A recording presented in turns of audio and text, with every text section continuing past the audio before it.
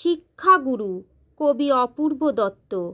আমি যখন রোজ বিকেলে আঁকার খাতা নিয়ে আপন মনে ছবি আঁকি রং পেন্সিল দিয়ে, তখন আমার চোখের সামনে উঠোনে চারপাশে র্যাপিড বইয়ের 22 পাতার সেই ছবিটা ভাসে।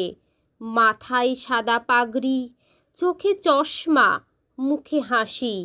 বয়সটা ঠিক যায় না বোঝা, 60 কিংবা 80। আঁকার পরে বাবার কাছে তার কথা রোজ শুনি। লেখাপড়ায় তিনি ছিলেন জগৎ সেরা গুণী।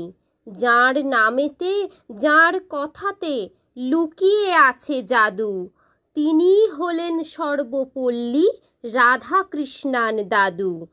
প্রতি বছর সেপ্টেম্বরের 5 তারিখটি এলে আমরা তাঁকে বরণ করি সমস্ত কাজ ফেলে। মা বলেছেন তিনিই হলেন শিক্ষকদের গুরু। তাঁকে প্রণাম করেই আমার সকল কাজের শুরু।